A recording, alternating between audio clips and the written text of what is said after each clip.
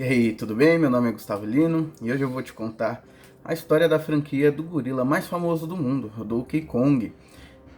E antes de começar, eu quero deixar um aviso aqui para vocês que a história desses jogos, ela não é assim tão simples e linear como você pode pensar. Muitas vezes ela há lacunas, contradições na própria história, mistérios e que até hoje na história oficial deixa os fãs confusos, curiosos com algo, e por isso eu fiz uma pequena pesquisa em sites, fandom, e encontrei algumas teorias e explicações que podem preencher essas lacunas para deixar esclarecido, tornar a história mais linear e boa de se ouvir. Então usei fontes como fandom, a Reddit, a Wiki oficial, porque a história não é fugir do canon, do canônico, mas sim fazer com que ela tenha mais sentido. Aí eu usei a minha própria interpretação para criar essa ponte às lacunas com as teorias, para que elas façam mais sentido, pelo menos na parte de contar a história. Então, eu quero que vocês saibam que ela não é a história seguida à risca, né? O canônico à risca, vai ter coisas a mais que você não vai encontrar vendo a história do jogo em si, só se você fizer também uma pesquisinha aqui e ali. E elas são as mais aceitas pela comunidade. Então tem muito pessoas que discordam, concordam. Você pode concordar, discordar, não tem problema. Pode ter uma discussão aqui embaixo, com todo respeito. Se você também quer compartilhar o vídeo, dá um joinha, se inscrever no canal, me segue aí para mais conteúdo como esses aqui. E então vamos lá.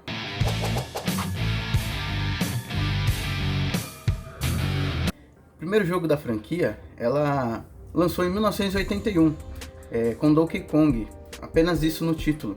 Ele era um gorila malvado, né?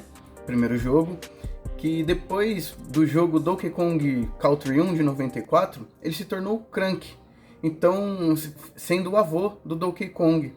O Crank, ele sequestra a namorada do Mario na época, né? O encanador, e levou ela para em cima de uma construção.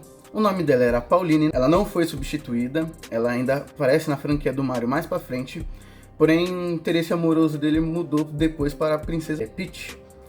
E o Crank jogava barris no Mario para poder pausar ele, derrubar ele, né? E o Mario ia lá e salvava a Pauline.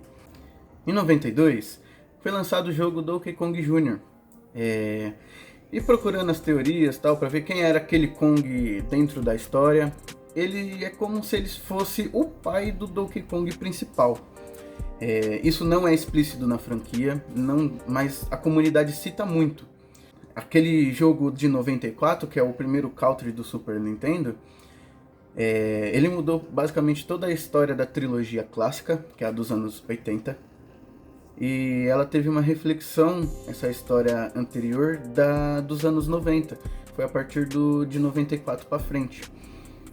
Então é como se ele fosse o pai do Donkey Kong normal. Então aqui no vídeo a gente vai chamar ele de Crank Jr., para não ficar confuso e toda hora ficar falando, porque as franquias falam Donkey Kong, mas tem um, dois, três, quatro, e são vários nomes. Então a gente vai chamar o Crank Kong é o primeiro, o Crank Jr. é do segundo.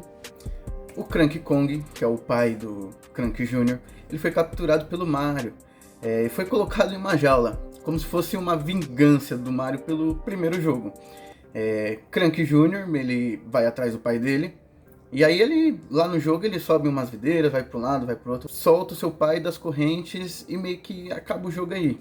Em 83, foi lançado um terceiro jogo da franquia, com uma jogabilidade bem diferente dos anteriores, do jeito que eles eram. E nesse jogo, o objetivo era usar o Replay para afastar o Donkey Kong, que esse Donkey Kong em si, ele invade a estufa do Stanley, o protagonista do jogo. E sobre o Donkey Kong do terceiro jogo, ele é um pouco mais complicado de explicar. Ele não é o mesmo Crank do primeiro jogo, ele não é o Crank Jr. E tipo, a teoria que mais é aceita é que esse Donkey Kong terceiro, ele é um clone do Crank Jr. criado por um cientista maluco chamado Dr. Demise. Ele queria usar o clone para se vingar de Donkey Kong e Stanley, que tinham atrapalhado os planos deles de dominar o mundo com a sua máquina chamada Chaos no jogo do Stanley. O clone foi programado para obedecer o Dr. Demise e atacar Stanley na estufa. No entanto, o clone tinha uma personalidade própria e não gostava de ser controlado pelo Dr. Demise. Ele também sentia uma conexão com Crank Jr., já que eles eram clones, e que ele via como seu irmão. Por isso ele acabou se rebelando contra o Dr. Demise e ajudando Stanley a derrotá-lo. Stanley é um personagem que apareceu pela primeira vez no jogo Greenhouse, lançado em 82 para o Game Watch. Neste jogo, ele era um jardineiro que tinha que proteger suas flores dos vermes, das aranhas. E aí ele voltou a aparecer só em Donkey Kong 3, onde ele enfrenta o clone do Crank Jr. É uma teoria interessante, né? Mas eu encontrei outras também. Que o Stanley ele seria responsável por enviar o Donkey Kong ao espaço, esse clone de Crank Jr.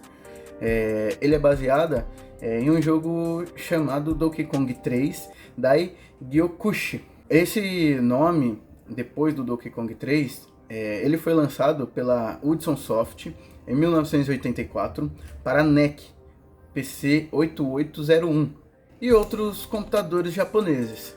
Esse jogo ele foi bem limitado, né? Ele é uma continuação não oficial do Donkey Kong 3 de 83 e o jogo tem 20 fases que vão desde uma estrada até um planeta alienígena. Em algumas fases, Stanley e Donkey Kong estão em uma base espacial, onde Stanley usa um foguete para mandar esse Kong do terceiro jogo para longe no espaço. E a teoria diz que esse foguete seria o mesmo que aparece no Donkey Kong Country 1, o jogo de 94. Depois daí foi lançado o Donkey Kong Country 94. Esse foi um jogo que evoluiu muito a franquia Donkey Kong, que se passa na Donkey Kong Island ou DK Island. Esse é o ponto onde as coisas começam a tomar uma forma de história mais linear. A trilogia dos anos 80 ter muitas referências da trilogia seguinte é porque houve uma evolução de contexto, de personagem gigante, que nem o Crank, o próprio Donkey Kong Jr. Ele não tem oficialmente confirmado que ele é o pai do Donkey Kong, mas a teoria tá aí pra gente poder contar a história, tornar ela mais interessante e tudo. Então, dentro dessa história, pode-se dizer que seria o primeiro, um gorila muito forte, corajoso. Ele vive na ilha com seus amigos e familiares Kongs. E o Donkey, ele é o líder da família e o grupo dos primatas. Eles protegem a ilha dos invasores, especialmente dos Kremlins, a gangue de crocodilo que libera pelo malvado King K. Rool. Donkey Kong adora bananas e é o tesouro dele, né? Fica guardado em sua caverna, debaixo de sua cabana. Um dia ele descobre que seu tesouro foi roubado pelos Kremlins, que já planejava usar essas bananas para alimentar o seu exército e conquistar a ilha, por ser um lugar abundante em alimento. Kong decide recuperar suas bananas e salvar a ilha, e conta com a ajuda de seu sobrinho, o Didi. É um chimpanzé ágil, rápido, esperto, que usa um bonezinho vermelho. E aí os dois eles pegam e o Donkey e o Didi partem para a aventura dentro das regiões disponíveis ali no jogo da ilha. Cada uma com um tema, um chefe. Eles enfrentam vários obstáculos, inimigos pelo caminho. Então pode ver que eu contei um pouquinho da história da primeira trilogia dos anos 80. E quando a gente passa para a trilogia dos anos 90, ela é muito mais polida. Então por isso várias referências acaba vindo dos jogos futuros. E é interessante colocar isso em contexto para tornar uma história mais fluida e linear. Espero que vocês tenham entendido a história um pouquinho, né, dela, das teorias que eu coloquei também em pauta. E que vocês acharam, comentem aqui, deixem a sua curtida, se inscrevem no canal e comentem aí se vocês querem a parte 2 desse vídeo, que é contando desde a parte do Donkey Kong Country 1 até o 69 ou mais pra frente. vocês decidem aí, beleza? Então, vou ficando por aqui, até a próxima, valeu!